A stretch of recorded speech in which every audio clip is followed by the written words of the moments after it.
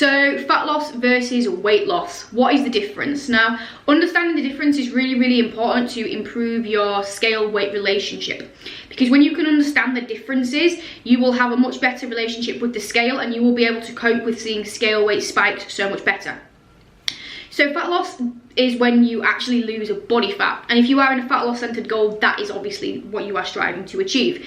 Now, in order to achieve fat loss, there are certain equations which say you need to be in a deficit of certain amounts of calories per week, and there is some merit, but ultimately you do just need to be in a consistent deficit for your body's needs and you will drop body fat. Now, you can do body fat measurements on certain scales and calipers, but realistically they tend to be quite inaccurate. The only real ways you could be 100% accurate is using really these big fancy machines, and they're very cost ineffective and would cost you a lot of money, so it's really not worth it.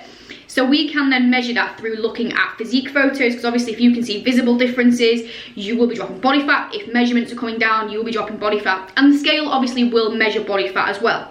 But within a scale weight reading, you don't just have body fat, you have body weight. Now, our body is composed of more than just fat.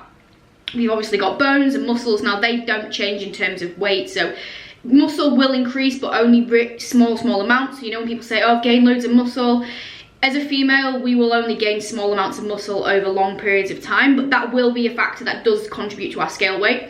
But the main thing that we see in terms of body weight fluctuations isn't body fat, but actually water retention. Now, water levels typically are what drives those big changes that we see day to day, because you could see a reading one day, could be a little bit higher the next day, and then a little bit lower, and then massively higher, and then it's flatlined for a few days. It does fluctuate quite a lot, and understanding that your weight is not necessarily indicative of your fat loss is super important. So there are many things that can influence your body weight reading day to day. The time of day it is, we typically fluctuate throughout the day. The more food you've got in you, so if you've got more food digesting in you, that's going to hold weight within your body. Sounds a bit gross, but if you've not been to the toilet for quite a few days, obviously that's all sat there. If it's gone, that's going to hold a bit of weight.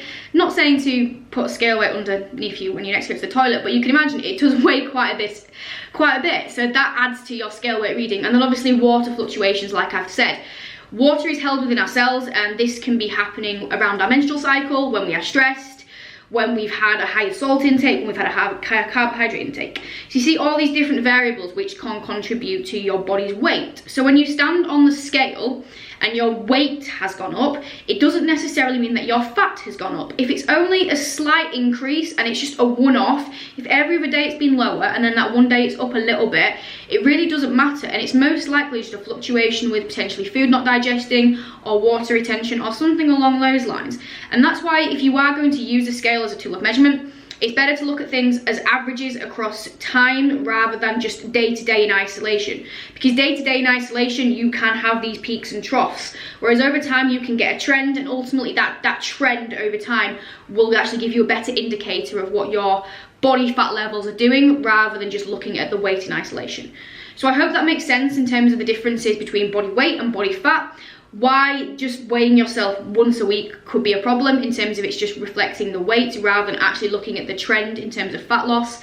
And I hope you can then use this information to detach yourself from the scale a little bit if you do see it go up, and not get too worried about it or disheartened about it.